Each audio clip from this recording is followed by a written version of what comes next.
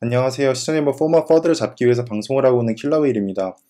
오늘은 다음 주 주요 뉴스에 대해서 말씀드리기 전에 제가 사용하는 이 코인 마켓 캘린더가 어떻게 작동이 되는지 말씀을 드릴게요. 그래서 이 사이트 같은 경우는 다양한 코인에 대한 미래 정보를 보실 수가 있어요. 어떻게 프로젝트가 진행이 되고 언제 이 중요한 이벤트가 진행이 되는지에서 여러분들이 보실 수가 있습니다. 그래서 예를 들어서 트론 관련된 걸 보시게 되면 트론이 3월 31일에 퍼스트 베타가 런치가 되고 그리고 그거에 대한 좀 더 자세한 정보가 기재가 돼 있어요. 그리고 프루프와 소스를 볼 수 있는데 이게 뭐냐면 워낙에 찌라시가 많기 때문에 이게 진짜 정보인지 그리고 이걸 어디서 갖고 왔는지를 보실 수 있는 거라고 생각하시면 됩니다. 그래서 프루프를 누르시게 되면 이 사진이 찍혀 있는 거를 보실 수 있고 그리고 소스를 보시게 되면 이 사이트로 실제로 들어가게 됩니다. 그래서 이게 진짜 정보인지 아닌지 여러분들이 직접 판단할 수 있어요. 그리고 여기 보시면 바리데이션 이 부분이 제일 중요한 건데 이거는 이 사이트를 사용하는 사람들끼리 진짜인지 가짜인지 이거를 클릭을 해서 투표를 할 수 있다고 생각하시면 됩니다. 그래서 96%가 이게 진짜 정보라고 투표를 했다고 생각하시면 돼요.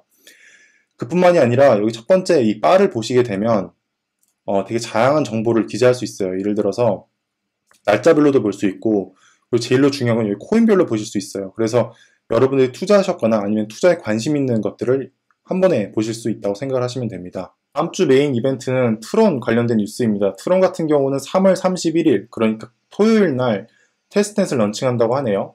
그래서 이거 보시게 되면 3월 31일에는 테스트넷이 런칭되고 5월 30일에는 메인넷이 런칭이 된다고 합니다.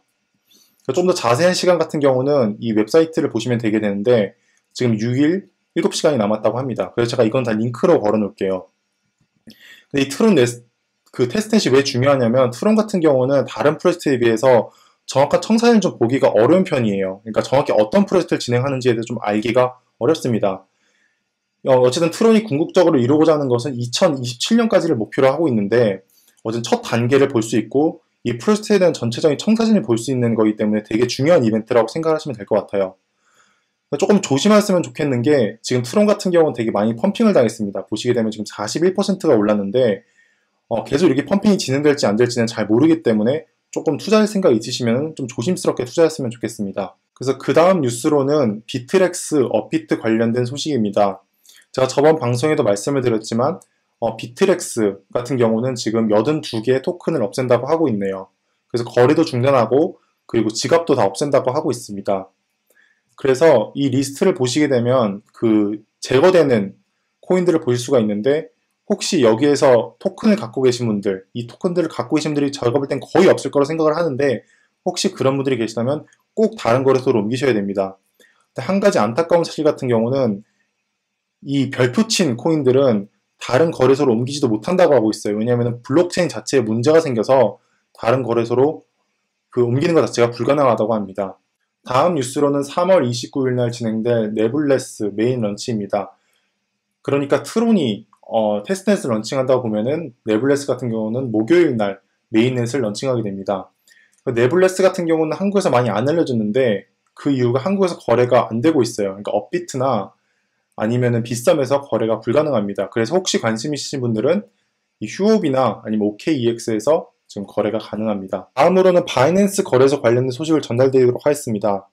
바이낸스 거래소 같은 경우는 이번 주에 계속 헤드라인을 장식을 했고 그리고 되게 긍정적인 뉴스도 많이 나와서 지금 바이낸스 코인이 덩달아 오르고 있는 상황입니다.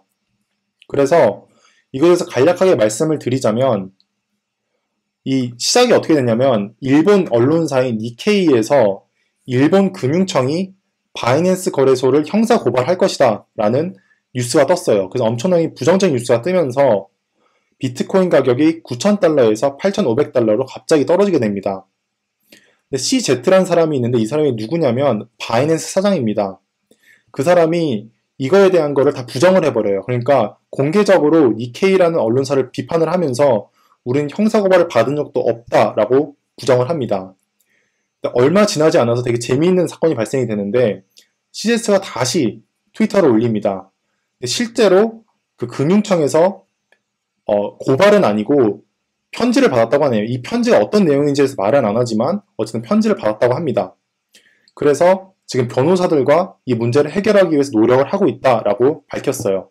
이 편지에 정확히 어떤 내용이 적혀 있는지는 모르겠지만 아마 부정적인 내용, 그리고 규제에 관련된 내용이 적혀 있을 가능성이 매우 높습니다.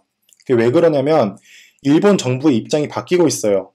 그러니까 작년까지만 하더라도 일본이 암호화폐에 대해 긍정적이고 암호화폐 거래소를 되게 자율적으로 운영하도록 내버려뒀습니다. 그런데 여러분들 아시겠지만 코인체크라는 거래소가 해킹을 당하면서 거의 5,800억 가까운 돈이 해킹을 당했습니다. 그로 인해서 지금 일본 정부가 암호화폐 거래소에 대해 되게 혹독한 지금 규제를 시작을 했어요. 그로 인해서 바이낸스도 영향을 받지 않았나? 라고 생각을 하고 있습니다. 저는 이 사건이 일본 정부가 바이낸스 거래소를 규제를 하면서 끝날 줄 알았어요. 그런데 엄청난 큰 반전이 있습니다. 바이낸스 거래소가 몰타로 본사를 옮긴다고 하고 있어요. 그러니까 여러분도 아시겠지만 바이낸스 거래소 같은 경우는 홍콩 기반 거래소입니다. 근데 그거를 몰타로 옮긴다고 하고 있어요. 몰타 같은 경우는 암호화폐에 대해서 되게 긍정적인 나라입니다.